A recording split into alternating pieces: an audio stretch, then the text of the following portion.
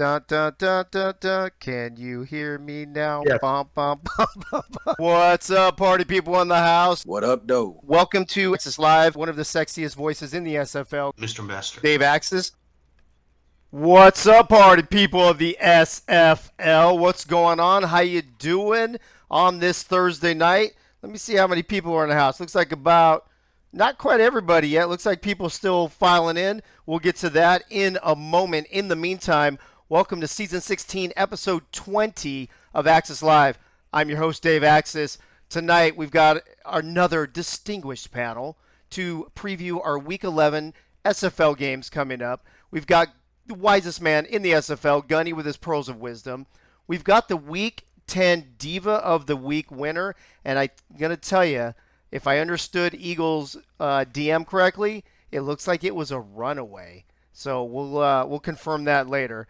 And then we've got our Week 11 pick'ems, and of course we will have an After Dark segment where I think tonight what we'll be talking about is we'll just clear up. I had a conversation with Cam this afternoon just to make sure everybody understands how the Houston and London game is going to go down based on what happened this weekend. So all of that being said, let's check out my favorite part of the show, the party people of the SFL, and see who is in the house tonight. Who wants to party with Dave Axis? That's what she said.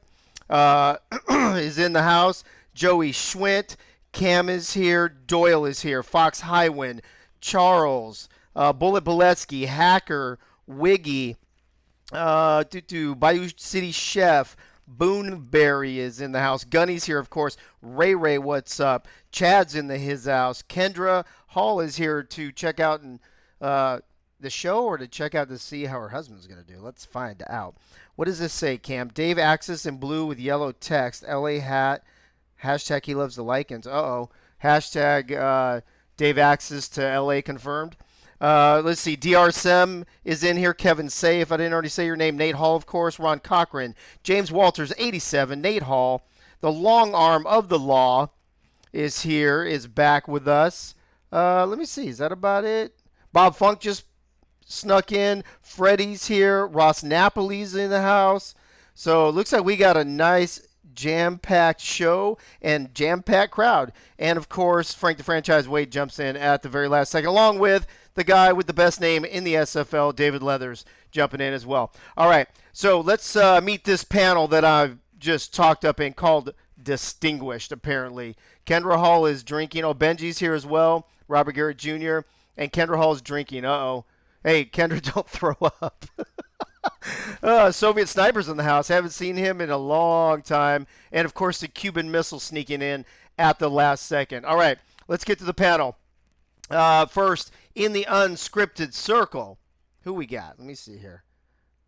Who is this? I got to make sure oh, there we go. All right, in the unscripted circle, a man who is a cornerstone of the Axis Live show. He's been here since day one. Frank the Franchise Wade is in the house. Frank, what's up? How you doing? Welcome back. I'm doing great, man. It's a great panel. We've got 3 out of the 4 tied in, so a lot of knowledge, a lot of knowledge, a lot of looks, a lot of voices, and we're good. We got a lot of calendar here, bro. A lot of calendar. That's it. I guess apparently I skipped over Pink Lisa's name because I didn't see it in the chat, but my lovely, wonderful, amazing wife of almost 30 years is in the house. Thank you, Lisa, for being in the chat and supporting me. Bo Martin Jr. just stepped in as well. Let's see. Anybody else in there? No? Oh, and Tom Robbins sneaking in real quick. All right. In the unfiltered circle, speaking of tight ends, Frank, you've got another one right next to you, directly to your left. And if I'm not mistaken, I heard that he's a cover model. I've heard rumors. I'm not talking about just the SFL tight end calendar. I heard he got a contract with Victoria's Secret or something like that. Benji Matson's in the house. Benji, any truth to that rumor? I don't think that's accurate, Dave. Oh, okay. Well, I guess that's the equivalent of a no comment as Eddie Gage jumps in the house real quick. Looks like that's about the last one there. All right, moving on into the excuse me, unedited circle. The only non-tight end on the panel this evening and doing only his second show in the history of Access Live and the history of the world, I might add. And that is the strong safety from Vancouver, Nate Hall. Nate, what's going on? How you doing? And how much is Kendra drinking? She's on her first White Claw right now, so she's fine so far, but we'll see how far she gets into the show. All right.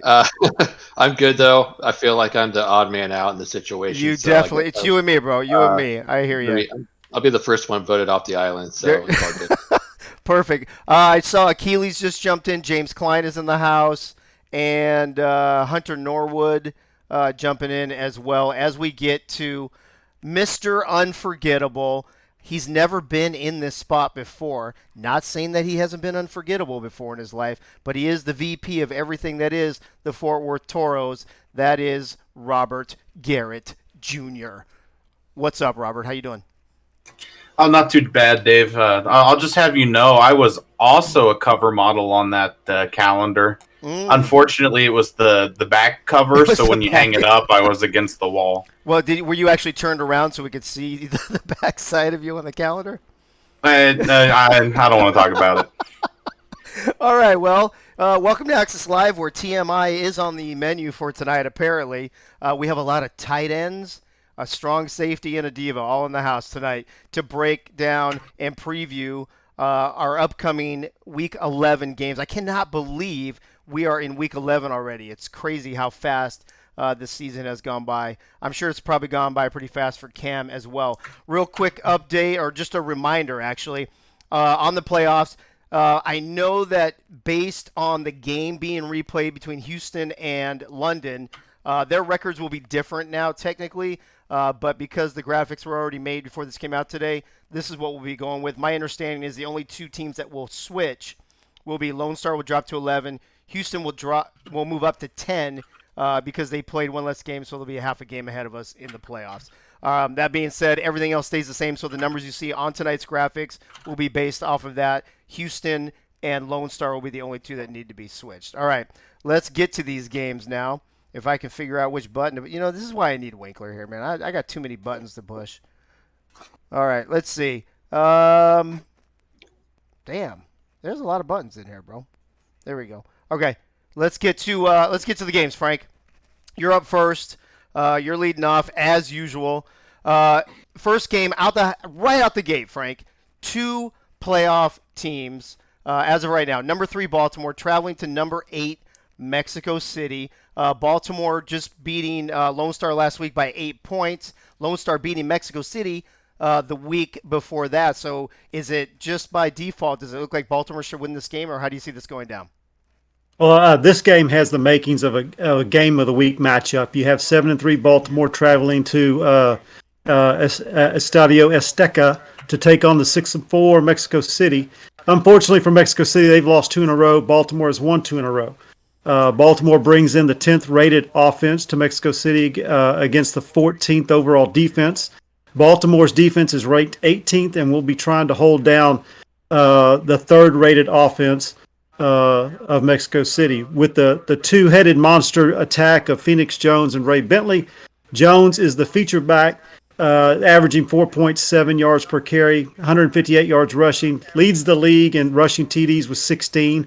Bentley is averaging 3.5 when he does run the football. This is a pretty good combo. Anytime you can get 3.5 to 4 yards in your running backs, you're moving the chains. Not to mention the blocking Bentley does for the run game. T-Roy Gaines for Baltimore is over 600 yards rushing, has 8 touchdowns. Quarterback Jack Wigmore is almost 100 more attempts more than Matt Wilson and has a lower QBR of 78 compared to Wilson's 87.5. Wigmore has 18 TDs, 24 interceptions.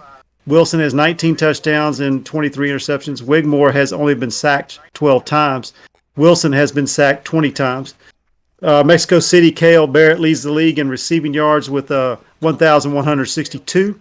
Ivory Irvin for Baltimore is ranked 8th with 923. Both of them have 7 touchdowns.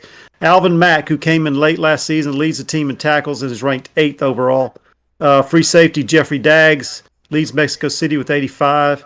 Baltimore's Troy Loshaw is chasing the interception lead. He has 11 and is only 2 behind the leader.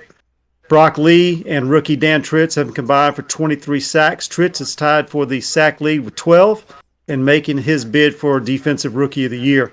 This game is going to come down to Mexico City's defense, I believe. Getting to Wigmore is going to be a priority. I think both teams will be able to hold up against the run. Mexico City may have a little bit more success. I feel this is going to be an air show with the edge going to Mexico City. So as you look at the stats, and for people watching, we added 2 extra stats. We added in the passing yards per game and the rushing yards per game. The one that stands out to me most, Frank, is the turnover differential. Baltimore being one of the best, Mexico City being one of the worst. Do you think, based on the DBs that you just talked about in Baltimore, that could be the difference in this game? That could be the difference, yes. The defensive backs is going to be a key for Baltimore. Troy Loshaw is going to be a guy that can scan the field, and he can come out of nowhere and pick the ball off. Okay, awesome. Jack's data has this game as a pick'em, which, to be honest with you, I'm a little surprised by. Like I said, we beat Mexico City. I know they beat us earlier, and Baltimore beat us. We were a 6.5-point underdog, I think, last week. So I'm not surprised. I'm a little surprised that this is a pick'em. But Jack's data has it as a pick'em. Over under 54.5, and SFL Nation got these earlier today. So I don't think all the votes are in yet. We'll touch on those on Tuesday. But so far, we are taking Baltimore 73-50 on the first game on Saturday. This game at 4:30, called by Andy Hamilton and Gerald Giudice.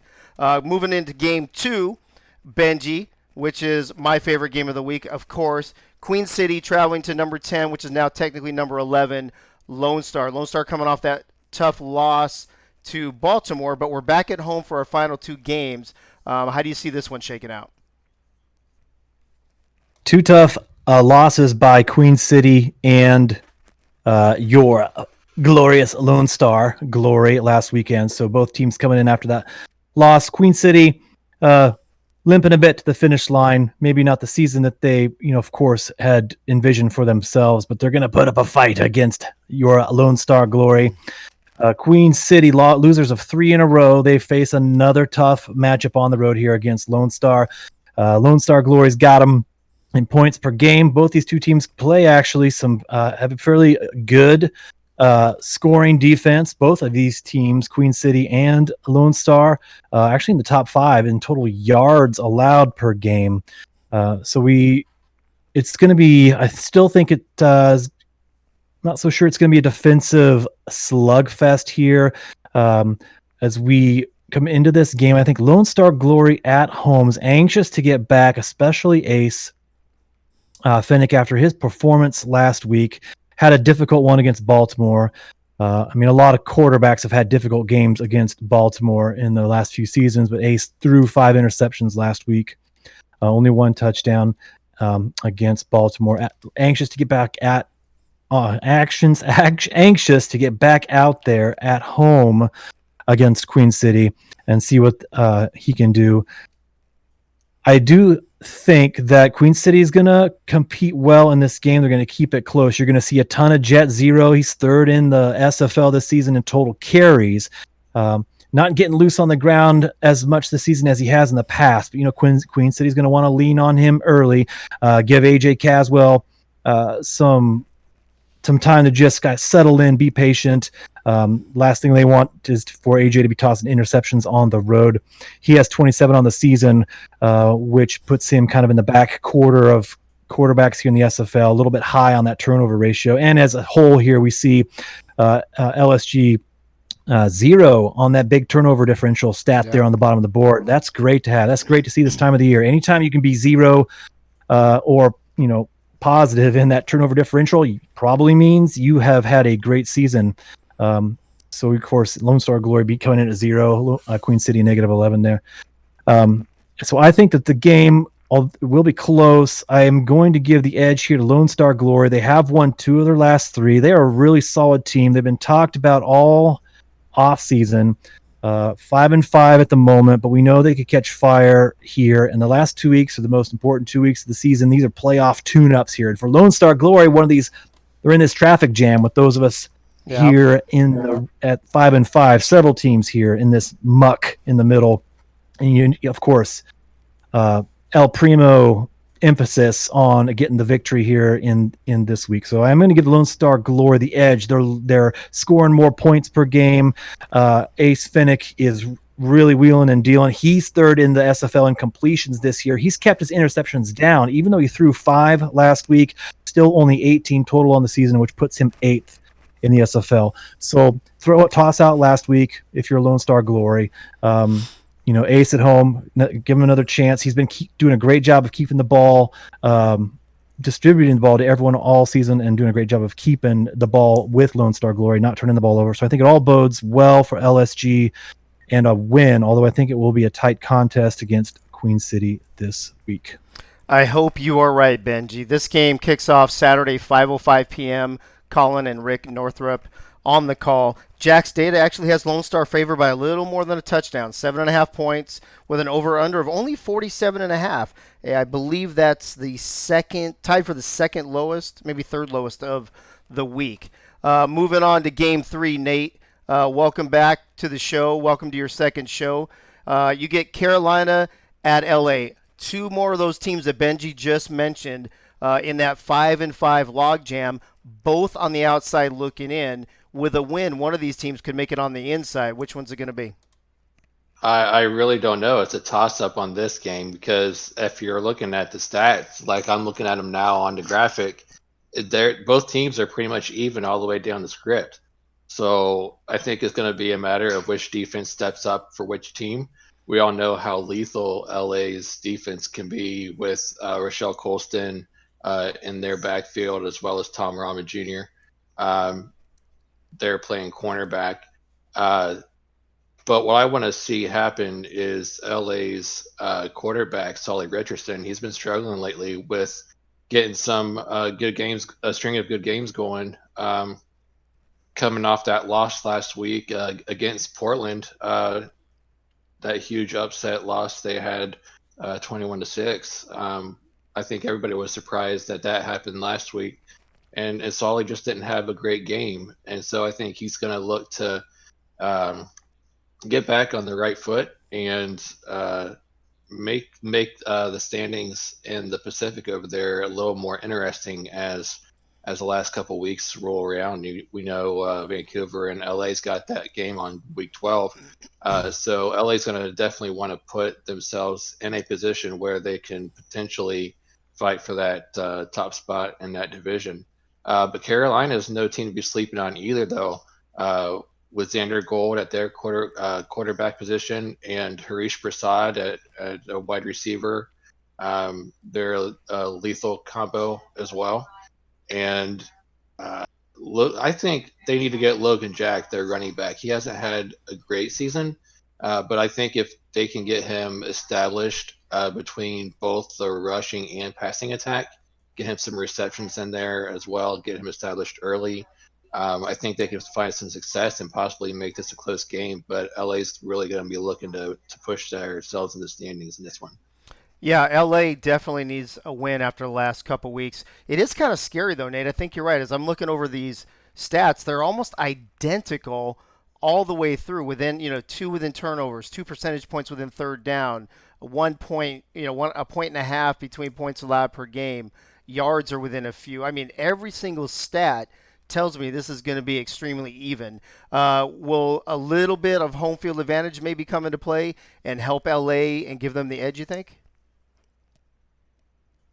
I think it could be. I know how tough LA can play at their home stadium, so it's definitely going to be interesting to see how well they come out and play on Saturday night in this game.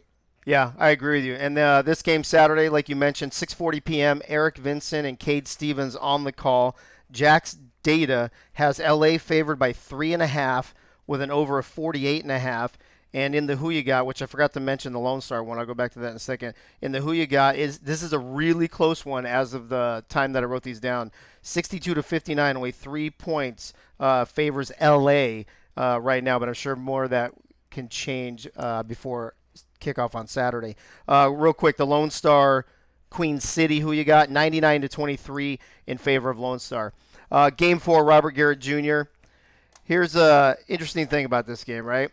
You got two top playoff teams within 2 spots of each other, right? Jacksonville, Vancouver. But if Jacksonville wins this, Vancouver could fall out of the top 12 and not even be in the playoff race. So how important is this game for Vancouver? This game is a huge game for Vancouver, not only for the reason that you just explained, but I think really just to, show themselves again as kind of the top tier team that they've been known to be through seasons. And, Vancouver, I think they have a very good chance at this game.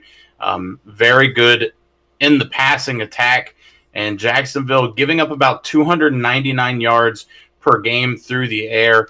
If Tom Pepper can play the way he knows how to and stay clean against this Jacksonville defense, I think they have a really good fighting chance. And obviously, Jacksonville, they're masters at moving down the field. Their offense just finds ways to move the ball, keep going down the field. If their defense can force some turnovers or some 3-and-outs, they can chew up this clock and really just back Vancouver up against the wall. This is literally one of those games where you have one of the best offenses against one of the best defenses. Vancouver, we know, can put points up like crazy. Jacksonville, one of the best turnover ratios and one of the lowest points allowed per game in the entire league. If you put the Jacksonville defense, though, just straight up against the Vancouver offense, whose will wins? I'd have to give it to Vancouver, but the kind of red tape around that is Robert Redford also has to have a good game. Jacksonville is number 1 in the league in rushing yards allowed at 59. Robert Redford's got to have a better game than 59 yards. Oh, he does. Yeah, he definitely does. And he's been playing well lately. But when we're talking about running backs in the league, McChesney is one of the best in the business, if not in the wait, I just said the wrong name, didn't I? Hold on a second. I'm mixing up my games. I got my notes all mixed up. Jared Willis, I'm sorry, is what I meant. Jared Willis, the first few weeks of the season, was just tearing it up. He's been up and down since then. Still one of the best in the business, if you ask me, at running back. Is that key for you that he will have to outplay Robert Redford? I don't necessarily think so, just because the way that Jacksonville styles their offense, they can keep the clock running and really tick down the clock without having a good running game by playing with the all slants, the quick outs, and the things that they like to keep in their playbook. Yeah, I was just looking too. Jared Willis, 10 rushes for only 15 yards last week, averaging 1.5 yards per carry versus Carolina. That's not going to get it done. The other thing, real quick, Robert's not going to get it done, is CeCe's not going to be able to throw a lot of interceptions. He's going to have to keep the interceptions down if they're going to be Vancouver. This game is Saturday night, 7:15 p.m., called by Tyler Falk and Aaron Alexander. Let's see what Jack's Data has to say. They have Vancouver favored by 3.5, over under a 54.5, which is tied for the highest of the week. And so far, SFL Nation has taken Jacksonville only by 2 votes, 61-59, over Vancouver. So that looks like it's going to be another close who you got. I'm sure the votes have changed since I wrote this down. I'm sure they'll change more before Saturday. All right, Game 5, Frank, on Saturday. Florida at San Diego. On paper, the most lopsided game of the week. San Diego still trying to get that first victory with only 2 chances left. Is this the game they're going to get it? I don't think so. I really don't. I'm pulling for Optimus. He's a friend. I really want to see him get that first win. Probably almost as much as he wants to get that first win, but I don't see it happening this week. Florida has already clinched a playoff spot. They want to win the division. Jacksonville's right behind them. So there's some pressure there. Right now, the only thing going for San Diego is they're playing at home. They're near the bottom in run defense and run offense. They're below average on pass defense and pass offense. Ron Cochran has a quarterback rating of 94.9, 18 touchdowns, 17 interceptions. He's been sacked 15 times. Javier Vasquez has a QBR of 73.3. He's only thrown 5 touchdowns all season and 15 interceptions, and he's been sacked 36 times. Wow. This is not a good sign as he goes in against the number 1 pass defense. Charlie Boletsky, who has almost 700 yards rushing and 8 touchdowns, and that's not bad for a potential Offensive Rookie of the Year candidate. San Diego Jalen Wells only has 1 touchdown rushing. This is why San Diego's at the very bottom offensively. The offense is going to need some juice this offseason. Stephen Bush leads the Storm with 59 catches for 684 yards and 3 touchdowns. Ryan Tobin leads the team with 85 tackles. Evan Carroll has 7 interceptions. The bright spot for the Mavericks is they have Mike Ryan on their team. Now, he's another potential Defensive Rookie of the Year. Strong safety, has 75 tackles, only 3 interceptions, though.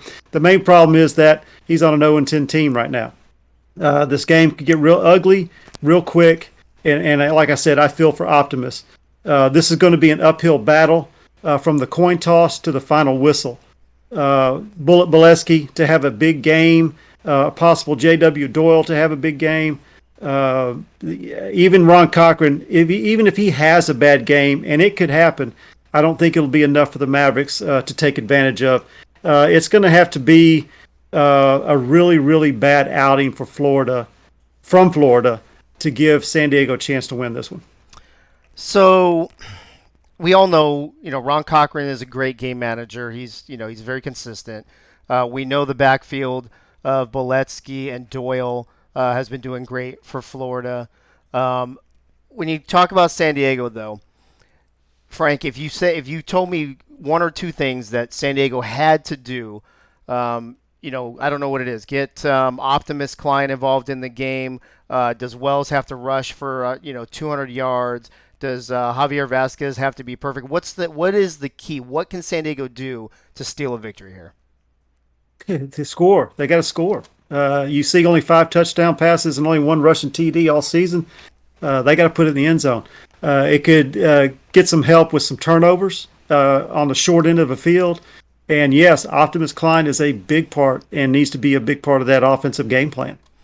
Well, this game kicks off Michael Churillo and Benji Matson. Benji, what's up? Calling this game Saturday at 9 p.m., the first of the 2 night games. Jack's Data has this. Actually, I'm a little surprised here, Frank. Florida's only favored by 9.5. I thought for sure this would be a double-digit spread. Over-under of only 38.5. That's tied for second lowest. I'm wondering if maybe they think Florida's just going to beat them like 30-8 or something like that. 109 to only 15, though, in the Who You Got. SFL Nation, no faith in San Diego getting their first W this weekend at all. As we move to the nightcap game, Benji, the DC Dragons traveling to Houston. Houston, as we mentioned, now technically the 10th seed, not the 11th seed in the playoffs until we get all the games played. Houston up and down like all these 5-5 teams in that grid like you talked about. If they drop this game, which we know is possible, DC went into Lone Star and won earlier this season. Can they do the same thing in Houston? Can DC go into Houston and take a win this weekend? I think they absolutely could. DC, I think everyone agrees, 2-8, but they're playing better than their record. They've got a good defense. Kevin Say is blossoming. He's going to be a star. He's the workhorse for this thing. So if they can get Kevin Say going, you don't know what could happen. But Houston's a tough team. They have been slowing down a little bit as of late in the second part of the season. It's really weird to talk about Houston and I'm sure London now that last week's game no longer exists. Right. But so it's hard to kind of talk about Houston without thinking about that, but if we go back a week before that, they only scored 7 points against Fort Worth. In in a 7-27 loss. The week before that, they put 16 points on the board against Portland. They were able to put 27 points on the board the week before that against Louisiana, but their numbers are slowing down a little bit. These two teams, DC and Houston, actually are very similar in total team stats coming into this game. Points per game, Houston's now dipped down below 20. They're at 19.7, and DC is 16.5 points per game. Those two numbers aren't lighting up the charts in the SFL, but for Houston, those numbers have been dipping a doubt. They are an explosive team. DR Sim is in the chat, and you have got a game plan for DR Sim when you're facing him every week. You got to be mindful of what he's going to be doing. They can strike at any time, so that they're a powerful, explosive offense. They've just been kind of held in check a little bit recently, so those numbers maybe aren't reflective of the explosiveness of Houston, but they've been playing some good competition. DC's been playing well defensively. I know we didn't really touch much else on offense. I'll go back to really fast just to say, offensively, both teams are actually top 10 in the league as far as third down percentage. So both teams are able to stay on the field at a clip of about 54% of the time. And I do think that's key for Houston. That means extended drives. That means getting into the end zone, putting points on the board. DC has a little bit more of a turnover bug problem than Houston has. So that's going to be something that DC will have to hopefully stay away from if they're going to have a chance on the road offensively. Defensively, both these teams are kind of similar in numbers. Both are top 5 with their pass defense. Both of them, their rush defenses are averaging less than 100 yards on the ground, so no 100-yard rushers. Points, both teams are allowing less than 23.5 points per game. So defenses are tight. Houston does have an edge, though. They've got playmakers in the secondary that are ball hawking to the clip of about 20 more interceptions as a team than DC has. And I think total sacks, the Houston pass rush is far superior. Well, I take that back. I'm sorry, not far superior DC. I apologize there. Houston has about a 6-sack edge on DC, so that's not extreme at all at this point in the season. Houston has got Brody Gulch patrolling the middle. He's having a fantastic season. We've talked a lot about. Zach Turner has been making big plays, and Ralgar Law and AJ Barnes keep picking this thing off. So that could be the script in this game here this weekend. DC wants to run the ball, but if they get down and they've got to rely on Shabazz slinging it, Houston could feast on DC, on those Dragons. Hyenas could feast on the Dragons this one. I think that I could see a scenario where DC totally wins this game, but it's going to have to be like ground and pound. Kevin Say dominates. DC turns over E.T. King, who has had his own turnover problems this season. The other side of that coin is Houston is just going to be too explosive for DC offensively, which could be the case. Even though E.T. King has got his turnover problems this season, still some explosive playmakers on the Houston side of the ball. DC is still just a little bit too young. It could be a good game this weekend, but edge goes to Houston. Yeah, it's interesting how similar a lot of these stats are. It's on the defensive side, third down percentage and stuff, but obviously Houston with the better passing game, DC with the better running game, and we all know against Lone Star, Kevin Say could tear it up and dominate at any time. Just like Warren Murray can actually as well. Both sides have great running backs. So this game Saturday, the last game on Saturday, 9:20 p.m., guess who's calling his first SFL game?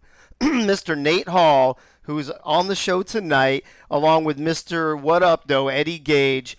Jack's data, Houston favored by 6 at home. Over-under of only 38.5. That's tied for the lowest. And so far in the Who You Got, 81-46 in favor of Houston. As we move on to the wisest man in the SFL. Gunny, are you around? What you doing? I'm here. How's your week going? Did you go out to dinner tonight again? What's going on? No, the weather's been crappy. Had to work a little bit late. We're getting ready for the Masters. We're doing some work for the Masters tournament, which is next weekend here in Augusta, Georgia. Nice. Well, I was trying to buy Ray Ray some time to put the lyrics for the Marines hymn up, but she's slacking, so I think you're just going to have to run with it, bro. Gotcha. I'm still looking at it too. Up there. Nope. I don't see it there either. There's the Billy says I'm here. Oh, there we go, Ray Ray. Yeah, I was reading Fear Dog, Ryan Yosef's messages, and then the commissioner had a message as well. There you go. Perfect. Go ahead, Gunny. You're on.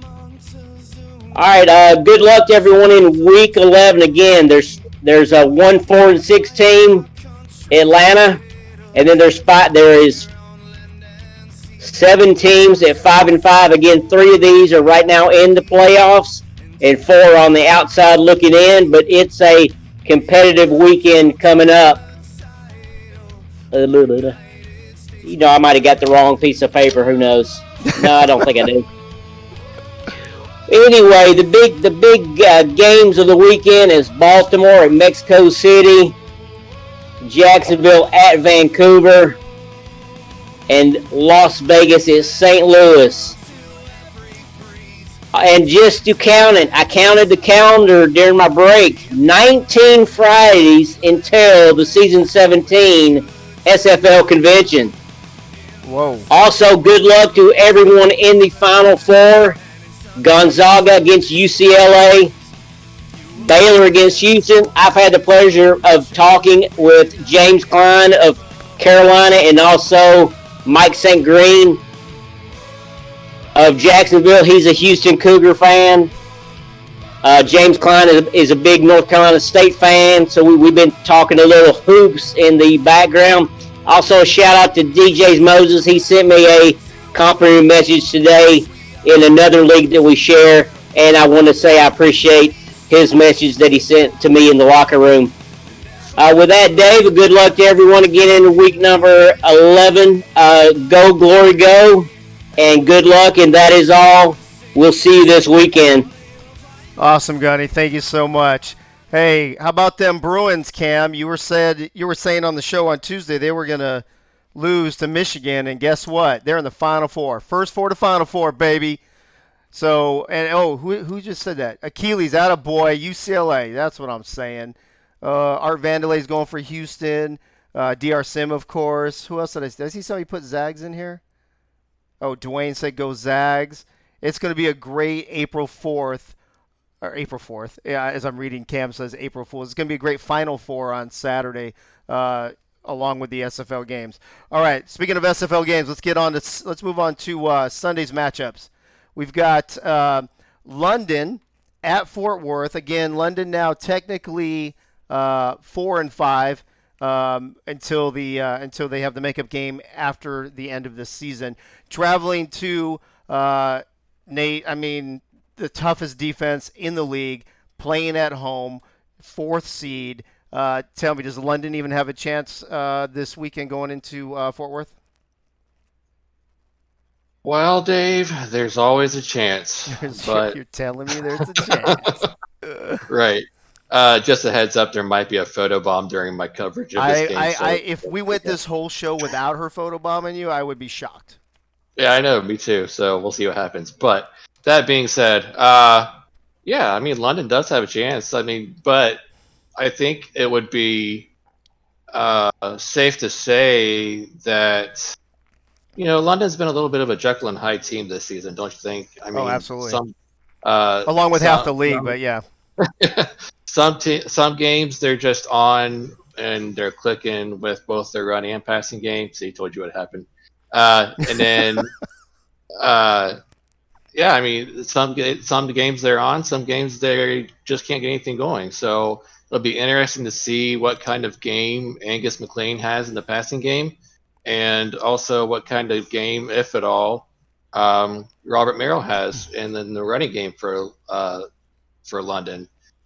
It's hard to concentrate with this on my shoulder. Trust me, I get it. I get it. But yeah, I mean, there's been games in the past on this season where Merrill hasn't had hardly any yards whatsoever. I think he had one game where he only had like less than 20 yards rushing. So they're definitely going to have to get him involved, I think, if they want to have a chance of winning against this Fort Worth strong defense. I think Fort Worth wants to win this. They just need to keep doing what they've been doing, and just they've got a lethal passing attack. They've got Garrett over there, as well as Lauren Prococo at tight ends. They got Stephen Hacker at wide receiver. They are a loaded team right now, and they look strong as they're headed into uh, the postseason this year. So I see Fort Worth taking this, but I do think London can make this a close game and interesting. You know, how more important is this game now that London and Houston have to replay and London takes a win off the board, because there's no guarantee what's going to happen in the replay against Houston. That makes this even more vital. And yes, Fear Dog, just to answer your question real quick, that is the highest turnover differential. He's number 1 in the league, plus 17. And Chad in the chat, if the Dodgers suck, I don't even know what to tell you about your midgets, bro. They're just absolutely, they should be a minor league team, to be honest with you. All right, Nate, any last thoughts on this? Now that you're free of Kendra. Now you guys had to see that and are now throwing up in your collective trash cans. But no final thoughts. I just think it's going to be a tighter game than most people think it's going to be. I would really like to see Merrill get something going in this game, because he's had a tough season up to this point, and he just needs to finish this season on a high note. Yeah, and the turnover differential, like Fear Dog mentioned, plus 17 to minus 3 is humongous. That could be the downfall for London in this game, is turnovers. London at Fort Worth. Jack's data has it 6.5 point favorite for Fort Worth, over under a 48.5. And the SFL Nation, who you got? 99-27 so far in favor of Fort Worth for the first game on Sunday. Excuse me, at 12:30, called by Chris Curtis and Brett. Is that Solberg? Brett Solberg. I don't know. Is he a normal? Yeah, he's Brett Killian for Vancouver. Oh, He's doing gotcha. his Okay. first broadcast as well. He's doing his first broadcast as well? That's awesome. All these Vancouver peeps trying to take over the broadcasting team. Robert Garrett Jr., you better do something about that, bro. Speaking of you, Las Vegas to St. Louis. Another matchup of two playoff teams, top 10 playoff teams. St. Louis dropped out. They jumped back in. Now they're, are they back on track? I mean, they're playing one of the hottest teams in the SFL. How do you see this one going down? Yeah, I think this is going to be an extremely interesting game to watch, just because Vegas a lot in this season has been relying a lot more on Colin Pierce. But this is a game in particular that I don't know that they're going to be able to do that. St. Louis's passing defense known to be pretty good. I think that Vegas needs to look at Scott Johnson.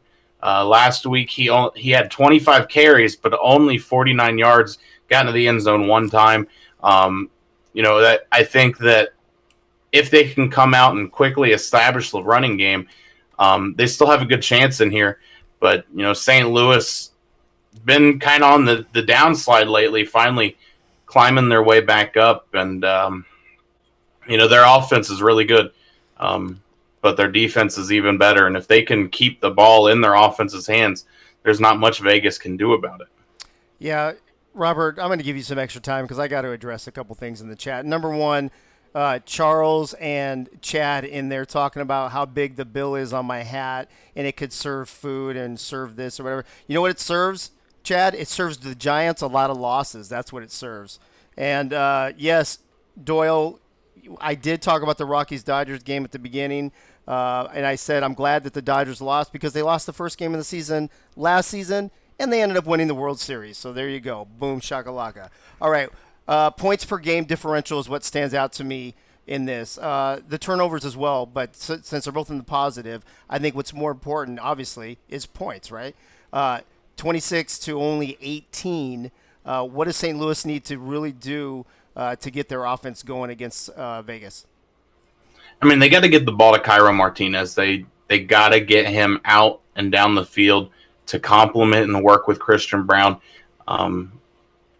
Christian Brown has played extremely well for St. Louis in his rookie season, but the games where he doesn't have the complement of Cairo is a lot of times where you kind of see them struggling in this season. Dude, these comments in the chat about my hood are just killing me right now. Um, so on the flip side for Vegas, I wanted to pull it up real quick. Colin Pierce, 288 yards, 1 touchdown, no interceptions last week. But Scott Johnson, 25 carries, only 49 yards. It seems like Vegas and St. Louis kind of have the same problem, right? They need to get their run game going to open up the pass. Am I right? Am I wrong? Absolutely. I know that when Fort Worth played Vegas, they used Scott Johnson really well, and it really kept the game shook up. If they can continue to do that, then I think they have a very good chance against St. Louis. Dude, the bill of my hat is dominating the chat right now. Let me see what else. Win 3-5. Oh yeah, blah blah blah. Whatever, bro. Let's see. Come over. What does it say at Lone Star? Come over. I'd love to have you land here on Dave's head. You guys are killing me right now with this. Anyway, Dave could swim sideways in the ocean. Oh my goodness. All right. Yeah, Robert. I think this is actually going to be an interesting game. One of the things that I'm concerned about is the loser of this game potentially dropping out of the playoff hunt, at least for another week until we get to week 12 games. Jack's Data has this game 6.5-point favorite. I'm sorry, 3.5-point favorite for Las Vegas on the road. 44.5-point over under. And the who you got? SFL Nation only 3 votes different, 64-61 for St. Louis. So Jack's Data taking Vegas, SFL Nation taking St. Louis so far on this game, on this Sunday game at 125, called by Andy Hamilton and Gerald Giudice. Frank, let's see if we can get back on track and reel these guys back in. They are still going. I can't wait to watch the show back and actually get to read all of these in all, because I'm missing a whole bunch of them, unfortunately. If Dave looked up at the sky, it would be an eclipse. Dude, Charles is on fire. Charles is in fuego. Speaking of fire, maybe I should fire Charles. Atlanta at Arizona. Two of the most famous teams, if you will, in the SFL, right? Atlanta championship just 2 seasons ago. We all know, how big Arizona is. Eddie Gage, A.J. Jackson, the whole 9 yards. Arizona's in that 5-5 gridlock. Atlanta hoping to get into that 5-6 gridlock. That'll happen after a couple of these 5-5 teams lose. Arizona, the last team in the playoffs now. Do they hang there, Frank, or are they going to drop out? We'll have to see. It's going to be an exciting game. I think these are two, like you said, historic teams that are going up against each other. The thing that stands out to me here is Atlanta is the 8th ranked pass offense, and they're going against Eddie Gage and the 20th pass defense. That's shocking to me right there, that Eddie Gage's defense, pass defense, is ranked 20th. Will Bryant Dynasty be able to exploit that? He's ranked 8th in passing yards. He has a QBR of 73.8, 21 touchdowns, 29 interceptions. That puts him tied for second for the most interceptions. The only person that has more is Ashley Jackson with 30. She has thrown 19 touchdowns, has a QBR of 79. If they can keep the game close, not have her consistently throw deep in the middle of the field, allow her to eventually, hit things underneath, she'll be fine. The health of DJ Moses is important to that as well. He was knocked out of the game 2 weeks ago on a play that he didn't even touch the ball. He has 8 rushing TDs. On the other side, you have BDG Hollywood. He's about 60 yards behind Moses, which puts him ranked 12th and has 7 touchdowns. This could be a breakout game for one or both of these guys, as each team is in the middle of the pack on run defense. Receivers Donnie Hands and James Hands have combined for over 2,000 yards and 15 touchdowns. Sage Falco and Boo Chisholm have over 1,600 yards and 14 touchdowns. Jamal Wooding is second overall receiving for tight ends. D.D. Sachs and Mark Mello each have 11.5 sacks. They're both a half a sack shy of the sack leader, who has 12.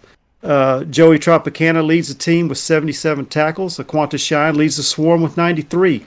Rookie Bernard Smith leads Arizona with 6 interceptions, and he's a good one. That was a good pick for Eddie Gage, and that's a guy that was excited to be there for Eddie during the draft. he could be another. I throw this out a lot here lately. A possible defensive rookie of the year. Moose Papineau is tied for 6th with interceptions, leads the team with 6. He's excited. I'm excited about this game. This is a potential to be an explosive game with the running attacks.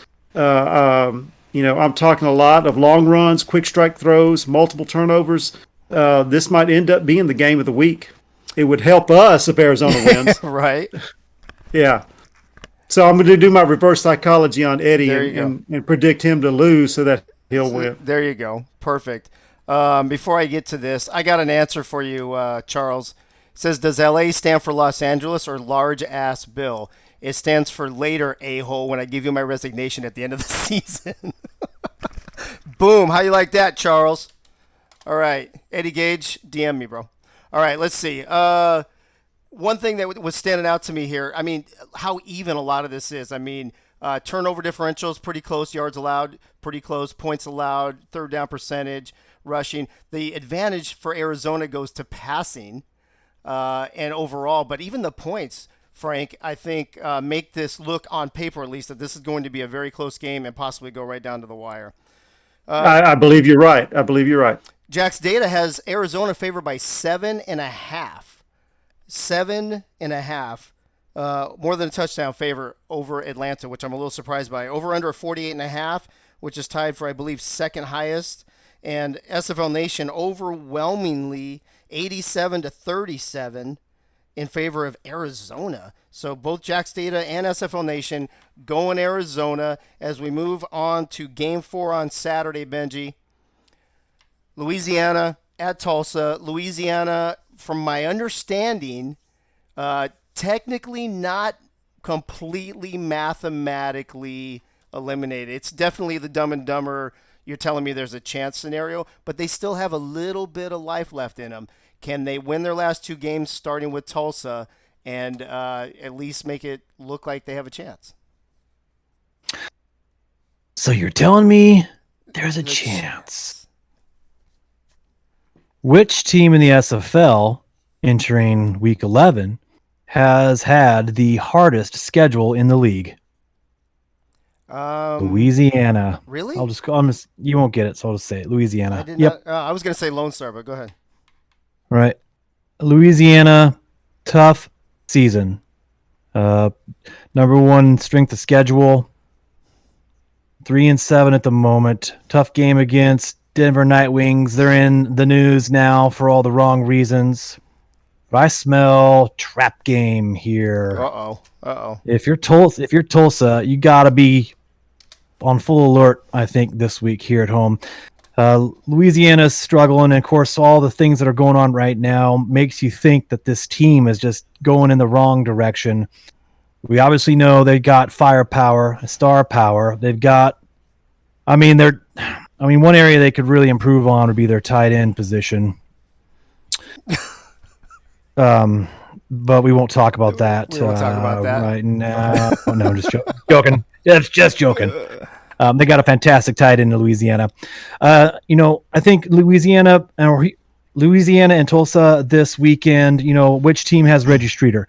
A lot of stuff's going on right now, but when these two teams square off, Louisiana's still going to be handing the ball off to Reggie Streeter, and Tulsa's still going to have to try and tackle him. Louisiana has also got defensive numbers here that in many categories are a little bit better than Tulsa. Better scoring defense, better rush defense than Tulsa. So there's a number of stats here you can pull out that you could say, they're on the road, but Louisiana's definitely going to have a shot here. I don't even know exactly what the situation is regarding Louisiana's quarterback and who will be under center. But again, all they have to do in this one is turn around, hand it to Reggie Streeter, and then throw it to their guys who'll be out there looking for that ball, like tight end Garrison Blue. So it's going to be, I say, just be leery of a trap game, Tulsa, only because these two teams are really similar in a lot of numbers, and we've seen Louisiana, with their tough schedule, have some big wins. Their most recent common opponent is Arizona. Tulsa lost Arizona. Louisiana beat Arizona. Right. I know it's not a, I just know it's not as simple as painting that picture, but lots of individual performances could be on, I guess, for Louisiana could lead to them tipping the scales here. Tulsa at home, they've got Gabriel Manning, JQ's having a great year. Sanzo Robinson, I think, might be the key here. If Tulsa can get production of Sanzo, who has not had didn't have a good game last week, I think that could be one of the keys to kind of just offsetting Louisiana and Reggie Streeter, who like to dominate that time of possession. But Reggie Streeter, one last stat here. I know the time's up between Sanzo and Reggie. Number of carries on the season: Sanzo 209 to Reggie Streeter's 224. So similar numbers here coming down to the end. But Reggie Streeter's got more than 400 yards on Sanzo, and we know he's just a beast. So Tulsa, I just say it could be a trap game for them. And at 5-5, it's going to be so important that they win this one against Louisiana. But there's going to be lots of eyes in the SFL on this one this weekend. Yeah, I actually think this is a can't lose game for Tulsa, because if you are already a 5-5 team on the outside looking in to the playoffs, 5-6 might end your season, Benji. It's absolutely going to be possible. There's such a huge number of teams that are 5-5. It'll be really interesting to see how many teams are 6-6 Right. At the end of week 12. And for a number of us, I raised my hand because London's right there in the mix too. These games are just so important. And so for Tulsa, they of course they want to win this one this week. It's just going to be playoff atmosphere in Tulsa this week. Gotcha. Well, Jack's data has this playoff atmosphere. Tulsa favored by 6 at home, over under 44.5, and overwhelmingly, and I don't know how often this has happened this season. I might have to go back and look, but Tulsa is dominating Louisiana in the Who You Got, 93 to only 31. So they have 3 times as many votes. You don't see that very often with Tulsa and the Who You Got. And I think somebody from Tulsa actually made a comment about it in general chat today as well. This game is Sunday, 3:20, called by Jack Brown and Wade Phillips. Moving into game 5 on Sunday, Nate. Sioux Falls at Denver. When we saw this on the schedule at the beginning of the season, we're like, oh my gosh, this is going to be an amazing game. This could decide the number 1 seed. Both these teams are going to be down to the wire. Obviously, both these teams have gone. Oh, I got Denver. I got the records backwards. Ha! Hey, Denver, you're 3-7 out of the playoffs now. Just so you know, Sioux Falls, welcome back to the championship game. I think you got all their stats backwards, honestly. Did I? I think I did. Oh, you're probably right. Look at that. Hey, so just switch, everybody. Just read it backwards. You'll be all right. Anyway, the point is, Sioux Falls nowhere near making the playoffs right now. Denver in the number 1 seed for almost the entire season. Does Sioux Falls have a chance to try to help Florida get to that number 1 seed and knock Denver out, or do you think Denver is going to cruise in this one? Well, let me tell you what. I'm going to use the same words that Benji uses. It says so. There's actually a chance for Sioux Falls because they're another one of those teams that are 3-7 and they're not mathematically out of it yet. But to say this, I really don't think it's going to happen this week. Wait, hey, real quick, Dan. I'm sorry, Doyle. What the hell is this picture you sent me? What is this? What is this? This some guy with a hat that looks more like Frank's hat, but the bill's like 2 feet long. All right, go ahead. Sorry, Nate. No, you're good. But no, Sioux Falls is trending in the upward direction over the last 5 weeks, winning 3 of their last 5 games. And the game that they lost last week to Las Vegas, they only lost by 5 points. So they are trending in an upward direction. But it's just too tall of a task to be asked of this team right now to travel to Denver and face a team that is on a 4-game winning streak of their own. They won their first 5, lost 1 in the middle of the season, and now they're on a 4-game streak. I think they can match that earlier 5-game win streak with another 5-game win streak this week.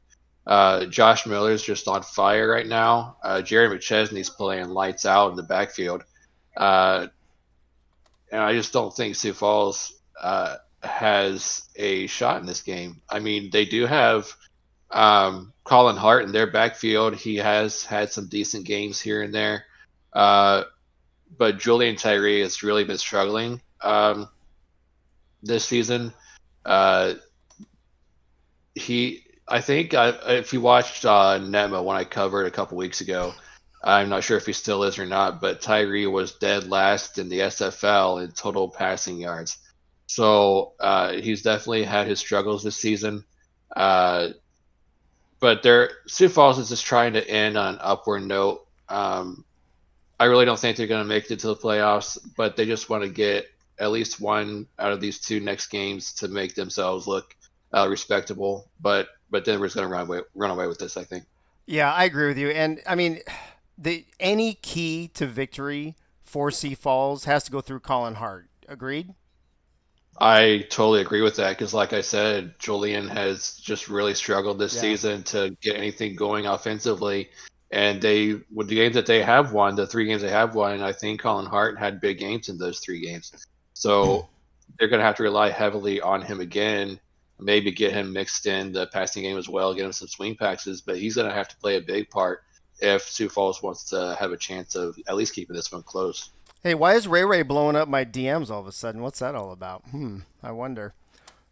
Well, despite the confusion of the graphic, I think we can tell that in every single category, Denver dominates Sioux Falls. So they would have to play. The only spoiler to play here, Nate, is potentially knocking Denver out of the number 1 spot to number 2 and giving Florida some hope. Jack's data doesn't think it's going to happen. The biggest spread of the weekend, Denver 10.5 points favorite over Sioux Falls, over under 47.5, and to go along with the biggest spread is the biggest who you got. SFL Nation 113 to 12. Over 100 more votes for Denver on this Sunday night game at 5 p.m. called by Mike Daggs and his best friend, Matt Wilson. Now we can get that graphic off of the screen and go into the last game of the weekend, Robert. This graphic's actually correct. Portland 3-7. Charleston, one of those 5-5 logjam teams that we've been talking about. Charleston playing at home, though. Both teams with decent turnover differentials. Offense, I think, favors Charleston a little bit. Defense favoring Portland. So how do you see this one playing out? I think the thing for Charleston here is they've got to come in with a balance of Keith Swearingen and TD Drew to keep the defense for Portland guessing. Portland's got an extremely good defense. I think, just about everybody should know that. And I think that if Charleston tries to come out and sling the ball around the field with TD Drew all game, it might not work out the best for them. But on the other hand, Portland, obviously, Matt South at quarterback, a lot of interceptions. Right now, 4th in the league with 17. The issue with, Portland's defense is great and force a lot of turnovers, but when they're turning around and giving the ball right back to the other team, it's still obviously really hard to win a football game. It is, but let's talk about Ezekiel Love. He's been playing out of his mind the second half of the season, and Portland being in more close games. A 3-7 record. I think they're better than a 3-7 team. But is this a game? Is this a chance where Ezekiel Love could just go off for another couple hundred yards and steal a victory from Charleston? Absolutely. Charleston does have a really good defensive line, some good linebackers. But as you said, Ezekiel Love's just been running at another level recently. This last game, 34 carries for 170 yards and 2 touchdowns, an average of 5 yards per carry. Wow. When a back is running that way, there's really nothing you can do about it because the offense is just generating first downs, and you're pinned against. You're stuck. Yeah. Matt South, interceptions. Matt South, low quarterback rating. Matt South not throwing a lot of touchdowns. Is Ezekiel Love enough, or is he going to need help from Matt South?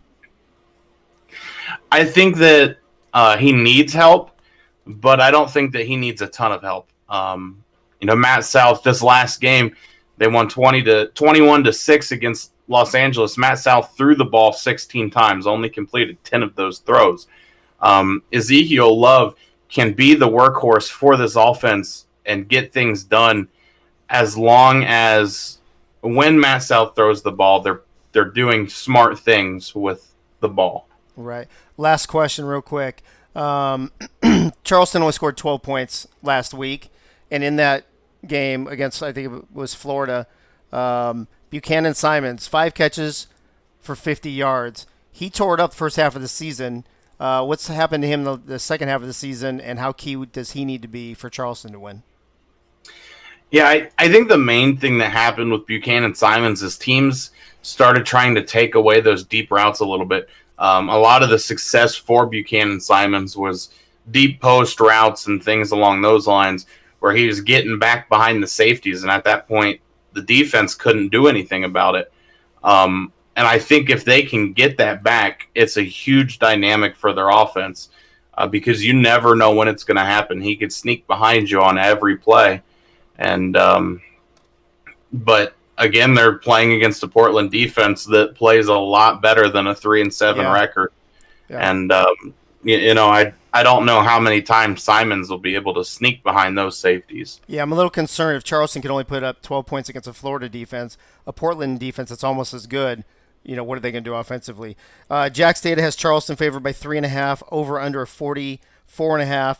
And a very close who you got, 63-59, Portland. 63-59. Nate, you want to introduce us to your friend back there? Yes, this is Kendra's best friend from the wedding. All right. We were college. Daria, her name is Daria. We were college Daria. roommates. Gotcha. Well, say hi to Daria for us. Like I mentioned, Portland leading 63-59 in the Who You Got. The last game on Sunday, 5:20 p.m. Jeff Melanishin and Ryan Caudell on the call. Let's move on to our Week 10 Diva of the Week winner. I had some conversation with this person today. They were going to try to get off work in time to get here, to be on the air with us, accept the award, and also do pick'ems with us like every Diva of the Week winner does. He wasn't able to do it, so instead, the owner of his franchise is going to jump in here instead and accept this award. And like I mentioned before, this was pretty much a landslide. A lot of these Diva of the Weeks are really close. A lot of people voting for their own team, getting their friends to vote, what have you. This one was in a landslide. Your Diva of the Week, Week 10 winner for Season 16 is the one and only Mr. D.J. Moses in a landslide. I don't remember who nominated him last night. I think it was, or on Tuesday. I think it was Soto, if I'm not mistaken. But Eddie Gage is here with us to. He just got booted out of the green room. Did we kick you out on purpose, Eddie? I don't know what happened here. Let me get you back in. Eddie Gage is here with us to accept the award. Eddie, what up, though? You're muted, bro. What up, though? Hey, tell me about DJ Moses and this insane game he had this past weekend. Man, I tell you what, this is the second time this season I had a player win an award, but was stuck at work or something. I'm going to have to get on my guys. You're going to have to get them. Dude, they got to put that work stuff on the back burner. Tell them, hey, man, the Dave Baxter show need me. I don't know. Get their priorities straight, bro. Get their priorities straight. Talk about this game on this past weekend. You know what's, I'm not trying to. I told everybody in the locker room. Well, I told DJ. I sent DJ a DM. I say, man, when we win this game, you're gonna be defense. You're gonna be the player of the game. He goes, why you say that? I says, it's just things I'm seeing in Sims about a couple of changes I made. Man, you gonna ball out this week. He said, all right, we'll see. And sure enough, that's what happened, man. And it's kind of tough because it was unfortunate we had to play that game over again because Ashley was balling out the first game, right? 3 TDs and no picks, and then in this game she had 4 TD or 4 interceptions in the first half. I'm like, God dang, man, Cam's Xbox does not like Arizona. I'm telling you. Well, I think that's already been proven, right? Exactly. But yeah, DJ balled out. He had a great game. I wish he could have came over here because he's one of the best guys I got in the locker room, man. He's always in good spirits and always, full of positivity, man. So I wish he would have been here to accept the award. He was great today on DMs. He just couldn't get off work on time. So yeah, that's what he told me. He said he might not be able to make it. Yeah, so no worries at all. So stick around in his place, and let's get ready to do pick'ems. You ready? You got it. All right. And make sure you let him know congrats from us. I just realized I don't think Cam has put out a schedule for Week 11 because I don't have a graphic for it yet. So What are we going to put up there instead? I don't have a Week 11 games graphic, so let's just do After Dark. All right, here goes Week 11 pick'ems. Frank, starting with you. First game out the gate, Baltimore and Mexico City, which Jack's data calls a pick'em. Who do you think is going to win this one? I can't believe we've gone the whole show without saying Dustin McCrack. Well, we have But it now. I'm going Mexico City. Mexico City. All right. Okay, let's see. What did simulate? Oh, did he put? Oh, the playoff picture. Yeah, but not the schedule is what I was talking about, Cam. Let me see. Benji. I'm gonna go with Baltimore on this one. Baltimore. Nate. Mexico City. Mexico City. Robert Garrett Jr. Mexico City. Eddie Gage. Eddie Gage. Eddie Gage. I think he said Baltimore. All right, there you go. All right. And Gunny, are you still with us? Baltimore. Baltimore. All right. Game 2 on Saturday. Queen City at Lone Star. Frank. Lone Star. Lone Star. Benji. Lone Star. Nate. Lone Star. Robert Garrett Jr. Lone Star. Eddie Gage. In an effort to improve our playoff positioning, Queen City. Good luck with that. And Gunny, I don't even have to ask you, right? Red, white, and blue, baby. Atta boy. Game 3, Carolina at LA. Frank. Oh, Frank, did we lose him? I think we lost Frank for a second. Benji, go ahead. LA. LA. Nate. LA. LA. Let me see. Let me check Frank's sound here real quick. Did he get bumped? Oh, he did. Hold on. All right, Frank, you're back. Can you hear me? I got you. All right. We're on game 3, Carolina at LA. L.A. LA. Nate. I said LA, but I'll say it again. Nate. Robert Garrett Jr. Give me them Skyhawks. Oh, always. Are you wearing that hat again? Did you just put that on? No, I've had Oh, it on. All right. All right. Eddie Gage. My only pick 'em for the week. Okay. Gunny. Carolina. Carolina. Game 4 on Saturday. Jacksonville at Vancouver. Potential game of the week, Frank. Oh, that's a tough one. It's going to be a good game, I think. I'm going to go with Jacksonville. Jacksonville. Benji. We go Vancouver. Vancouver. Nate. Cuba.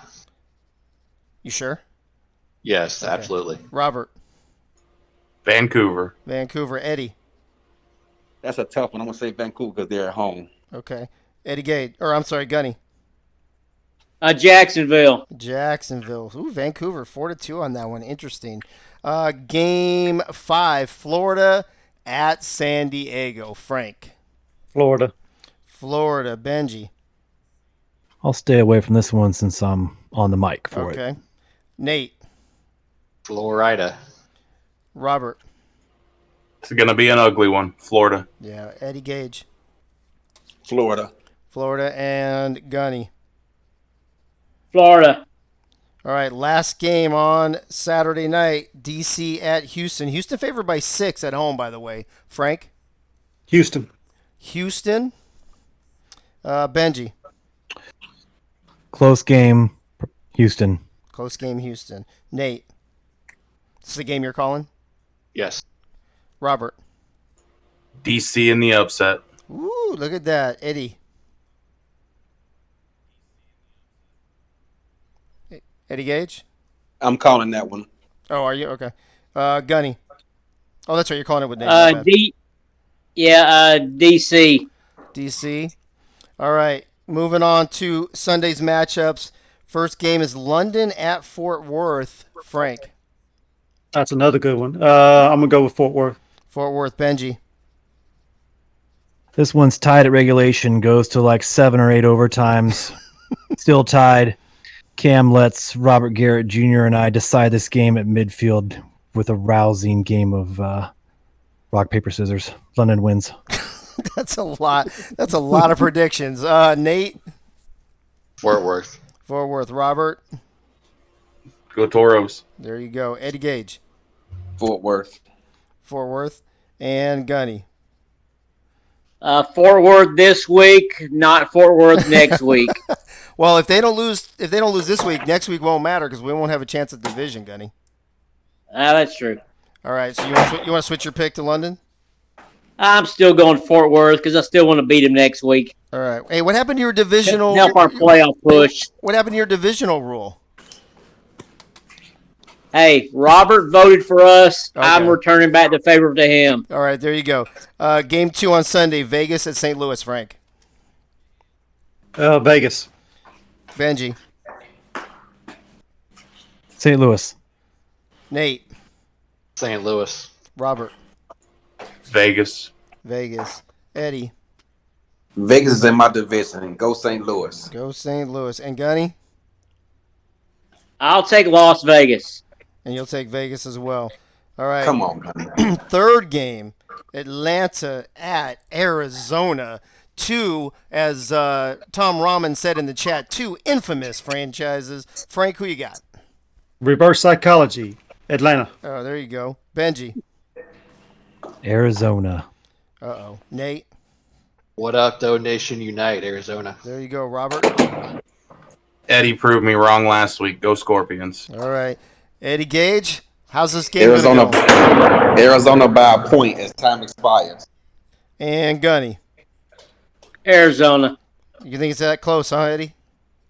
I don't care how we win. Just get the W, It baby. doesn't matter if you win by an inch or a mile. That's right. Winning. There you go. Don't tell it to my wife, though. 4-game, Louisiana at Tulsa. Louisiana. Louisiana, Benji.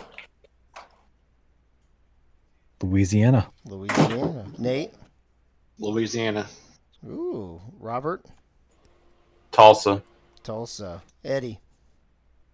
Ooh, Tulsa plays a weird defense to settle to the run. I'm going to say Registry has 200 yards. Whoa.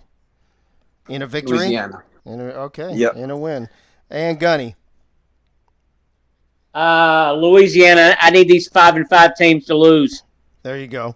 Perfect. All right, Frank, we are down to the last couple games. First one is the 9-1 Sioux Falls at the 3 in Denver. Denver Nightwing. Sioux Falls at Denver, bro. Denver. Denver. Benji. Denver. Nate. Denver. Robert. Denver. Eddie. I'm going to imagine Jimmy didn't even scout this week because he's been celebrating clinching the division, but he still finds a way to win this game. Denver. They blew him out early this season in week 1. And Gunny. Denver. So clean sweep for Denver. Does anybody think this is going to be close? Anyone? Or do you think it's going to be a blowout by Denver? I think it's going to be close. I say it'd be 10 points. 10 points. Well, the what's this one? This is the 10.5 point spread by Jack's Data. Last game of week 11, Frank. It is Portland going to Charleston. I'm going to go with Portland on this one. Okay. Benji?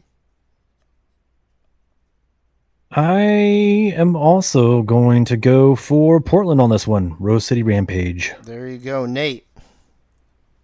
Well, let me just say, Portland only scored 5 points against us when we played them, but they did show us a good defense. I'm going to go Portland this game. Okay. And they just won last week. Didn't they just win last week? Or Yeah, they beat LA. they beat LA. That's right. Robert? I'm taking Portland. Portland. Eddie? We lose Eddie again? Charleston. You taking Charleston?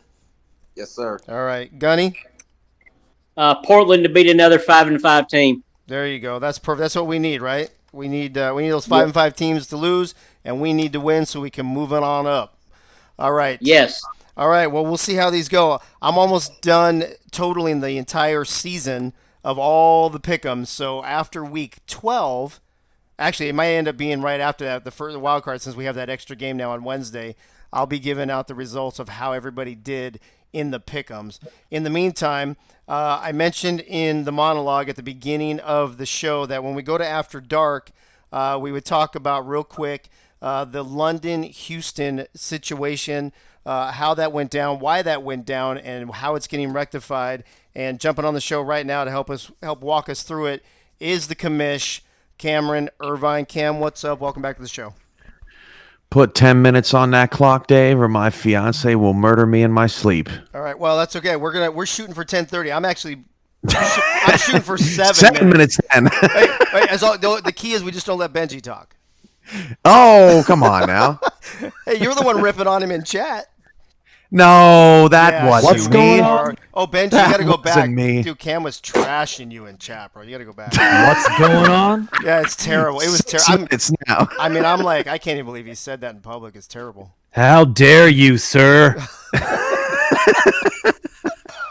All right, Cam, walk us through this. I know you put out a statement which talks about most of it. When we talked on the phone, there was one clarifying question I had. You want to just walk everybody through it real quick? So it was all Rastelli's fault. Okay. No. We all assume that anyway. No. Just an unfortunate mistake. Changes apply to the wrong console or the console that game wasn't played on. So, the league had lots of different options when it kind of came to our attention Wednesday afternoon. But as every hour passed by, some of those options no longer became an option. Houston and London agreed that this was the best course of action to play it midweek after week 12. The game could matter a lot. The game could not matter at all. We don't know. But best to just totally wipe the slate clean, and most importantly, give Fort Worth and DC a fair fight in terms of what they're scouting, in terms of what they're seeing on the field. London and Houston this week, they'll be submitting changes based off their Week 9 playbook. Week 10, throw it out the window because nobody saw it. So that's the lay of the land for that one. So when they play at the end of week 12 on that Wednesday, both playbooks are wide open to resubmit whatever they want. Yeah, so after week 12, they'll scout, and put in their changes. If you think about it, over the next 2 weeks, both teams are going to make a bunch of changes to their playbooks. They're going to have players progressing. Players are going to be picking up animations, bonuses, you name it. So they're not going to be exactly the same teams. It wouldn't make sense to then just pull some random game plan from earlier in the year and put it on the field. So wipe it clean. Both teams have an equal opportunity in terms of the amount of time they have to scout and all those other things. And it doesn't impact the rest of the SFL schedule. And some will remember back a few seasons ago, we used to have Wild Card Wednesday. Wild Card games were actually in the middle of the week between week 12 quarterfinal weekend. So we've been here before, and we'll see how it shakes out. It's of course it had to happen to two teams that are right on the playoff bubble, right? It couldn't happen. Sure, couldn't happen of to like course. Denver and San Diego or something, right? Yeah. Well, that's just my luck sometimes, but it's always a challenge. I've changed up sort of the formatting of where files get saved and things like that. And the league had a tough week. We had the weather on Saturday that wiped us out, and then we had some change in our Sunday TV schedule where we moved from 4:30 to 9 to 12:30 to 5. That left 4 hours left, or 4 hours less to prep. And then I got time zones crossed, and with those Sunday games last week, they started a little late, if you recall. Yep. Or at least the first one did. So it was just a tough weekend for HQ. It's a tough gig, but I've been doing this a long time and never had a weekend like that, so I don't anticipate having one for a long time. All right. Well, I think if anything, it's added a little good drama to the end of the season, with everybody having their eyes on one game at the end of the season that I'm sure will have playoff implications. So that'll be fun for the league, right? Yeah, it could be interesting. The one thing we will know on Sunday, right, and we'll actually know on Saturday too. So Saturday night, me and a group of stat nerds get together and go through all of the remaining 32 scenarios, given the last 5 games of the season, right? And so we'll know how much of an impact that Houston and London game may have on the playoffs by Saturday evening. Once we get to Wednesday evening, there will only be one of two possibilities. Either Houston wins, and here's the bracket if that happens, and London wins, and here's the bracket if that happens. And we'll know that for sure by Sunday afternoon, since the games are earlier now.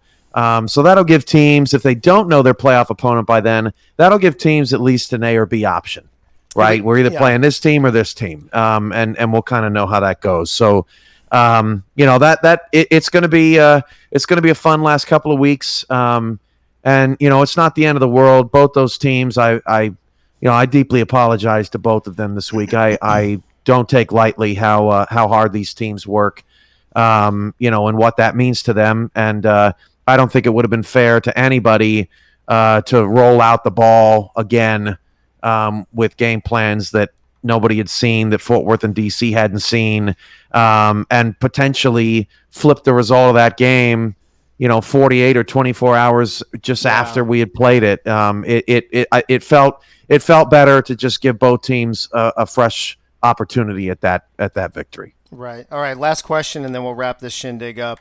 Obviously, this is unprecedented in the league. So, will there need to be a rule change? Will it go to the owners? Will it be the league deciding? Will it just be what you've decided to do this season and then move it forward? How's that going to break down?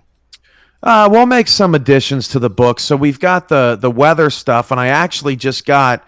I wish I was on camera and had it in front of me, but I actually just got these very large battery backup power surges. Oh, they almost look industrial. I feel like I made a terrible mistake or something, but they're these giant blocks, and that's what all the stuff is going to plug into, so that we hopefully do not ever have another weather-related issue again. But we have weather rules in terms of what happens if the Xbox freezes or HQ loses power. We'll put something similar on the books if there is, some sort of mechanical failure at HQ like there was today. Like I said, I mean, it hasn't happened in 1,500 games. I hope it doesn't happen for, another 1,500 games, but we need it on the books anyway, so we know how to proceed. So we'll definitely be adding something to the rule book in regards to that officially, with the owners involved. Cam Curtis saying in chat that your house is going to glow like the Griswolds on Christmas vacation now with all of those, with all that power you got. Let me ask then real quick. I'm going to ask a follow-up question to that. What's the difference now? Is it a difference in how much time you can back up? Is it a difference on how many things you can back up? Is it both compared to what you had before? So what we had before, it's the amount of time, right? So at the time that it happened, we had at that time we had all the lights out in the house, right? So my HQ was literally glowing. But, the internet plugs into those backup things, the monitor, the Xbox, all that stuff. It takes a lot of power, especially when the power goes out, for those backups to kick in. So those backups kicked in, for a few minutes, but we had lost power for much longer than that. And eventually it just petered out. And unfortunately, with the way that All Pro is built, it's not like I could pause the game and save it somewhere. Right. If it goes out, it goes out, and there's nothing really anybody can do about it. So now these new backups have a much longer life in them. And obviously I had never dealt with backups before, surge protectors. And it was probably a little bit of a user error on my part. I bought them last August, back when we had the London-Chicago game crap out in the fourth quarter. That game, fortunately, was early in the season, and it was the result was not in question. Right. But yeah, didn't realize that depending upon the amount of things you have plugged into that surge depends on how long it's going to last, and what it lasted was not what I thought I was going to get out of it. So gotcha. we have thrown those in the garbage, and we're better equipped for the future. Perfect. We are at 9 minutes, so you can bounce and make your fiance happy, because we are all going to bounce right now with you. I want to thank Frank the Franchise Wade, Benji Matson, Nate Hall, Robert Garrett Jr., of course Gunny, and Eddie Gage coming on. in place of DJ Moses to accept his Diva of the Week award, and then Cam for coming on to kind of just clear up the Houston-London thing, and then let us know how the power outage thing will work moving forward. So there you go. Dave, what's your big show announcement? I'm going to move it to another show because I don't think anybody would have believed it because it was April Fool's. I was going to do it on Tuesday, but then we had that other thing happen, so I was going to push it tonight. And at the time, I didn't realize tonight was April Fool's, so I will announce it next week instead. So in case people don't believe me tonight, so there you go, and that'll give you a reason to tune in to another show next week. There you go. Hey yo, kick the can down the road. All right, that's it. That's season 16, episode 20. Episode 81 of Access Live. Sometime in the off season, we will get to 100, and we will throw a party then.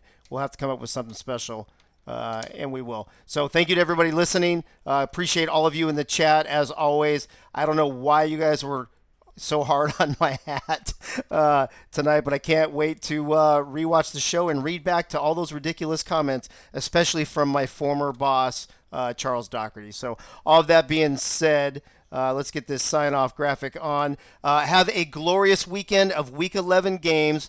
Go Bruins in the Final Four against the Zags. And I will see you next Tuesday right here, 9 o'clock on Twitch when I see you at the Tees.